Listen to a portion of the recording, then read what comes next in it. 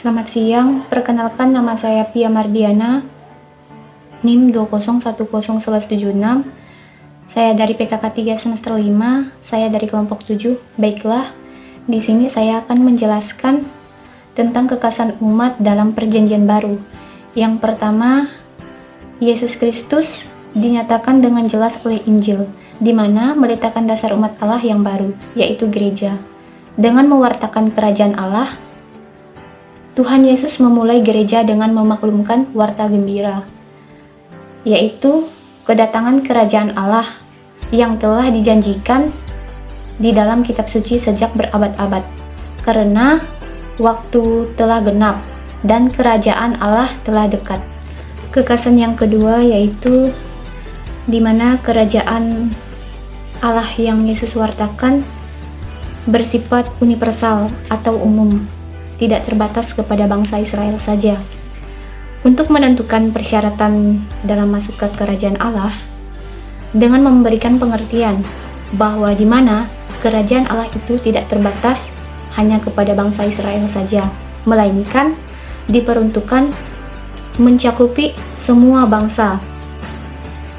Yesus juga menjelaskan arti, maksud, dan tujuan dari kerajaan Allah ini, di mana persyaratan untuk masuk kerajaan Allah dan karunia yang dijanjikan Allah kepada umat manusia, yaitu seperti pengampunan dosa, utusan Roh Kudus, dan anak angkat Allah. Perkenalkan, nama saya Fitri Lisi, NIM 201011188. Di sini saya akan menjelaskan kekasih umat dalam Perjanjian Baru. Adapun kekasih umat dalam Perjanjian Baru, kita tahu bahwa dalam pewartaan Yesus membentuk umat Perjanjian Baru, namun tidak serta-merta meniadakan isi dalam Perjanjian Lama. Kemudian Yesus dan para rasul dalam pewartaan sering menggunakan bahasa teologis dan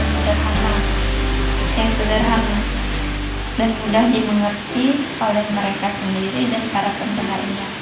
Dalam Perjanjian Baru, Yesus mewartakan tentang dirinya sendiri, artinya Yesus mewahyukan bahwa dirinya adalah Allah dan Sang Penyelamat atau Mesias. Baik, sebelumnya perkenalkan, nama saya Yohanes, NIM 20101185. Saya berasal dari kelas PKK 3 semester 5. Kali ini saya akan menjelaskan mengenai mata kuliah Eksologi, yang dimana memperjelaskan tentang perbedaan Perjanjian Baru dan Perjanjian Lama. Perjanjian Lama lebih berfokus pada bangsa Israel di kala itu, sementara Perjanjian Baru berfokus utamanya bangsa Israel dan juga non-Israel, termasuk gereja-gereja. Pada Perjanjian Lama diperhatikan tentang Firdaus yang hilang, yang disebabkan karena kejatuhan manusia ke dalam dosa. Perbedaan Perjanjian Lama dan Perjanjian Baru yang mungkin terlihat dengan jelas adalah bahwa Perjanjian Lama sebagian besar ditulis dalam bahasa Ibrani dan Perjanjian Baru sebagian besar ditulis dalam bahasa Yunani. Kemudian Perjanjian Lama terdiri dari 39 kitab dan Perjanjian Baru terdiri dari 27 kitab, sehingga jumlah keseluruhannya adalah 66 kitab. Baik, perkenalkan, saya atas nama Yohanes Elisa Octavianus, NIM saya 201011186. Saya berasal dari PKK 3 semester 5.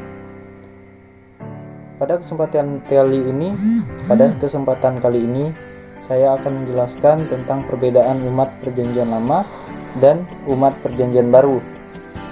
Dalam Perjanjian Lama dapat kita lihat bahwa jika ada seseorang yang berbuat kesalahan atau dosa, itu mereka pasti akan melakukan penebusan, atau juga yang biasa kita sebut sebagai mohon pengampunan.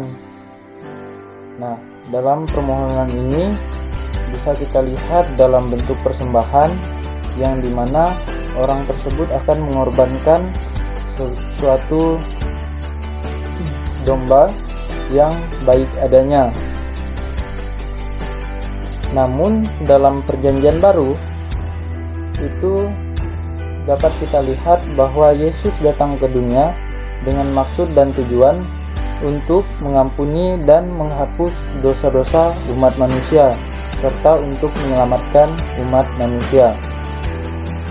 Kemudian pada Perjanjian Lama lagi kembali kita lihat ada beberapa peraturan dalam gereja yang dijalankan oleh umat-umatnya.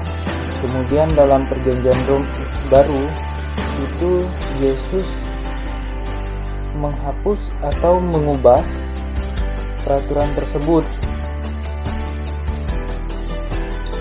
Di sini dapat kita lihat dengan dua contoh perbedaan tersebut.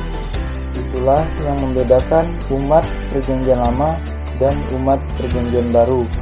Mungkin sekian yang dapat saya jelaskan pada kesempatan kali ini. Apapun kesalahan atau kekurangan dalam perkataan saya harap dimaklumi. Sekian dan terima kasih.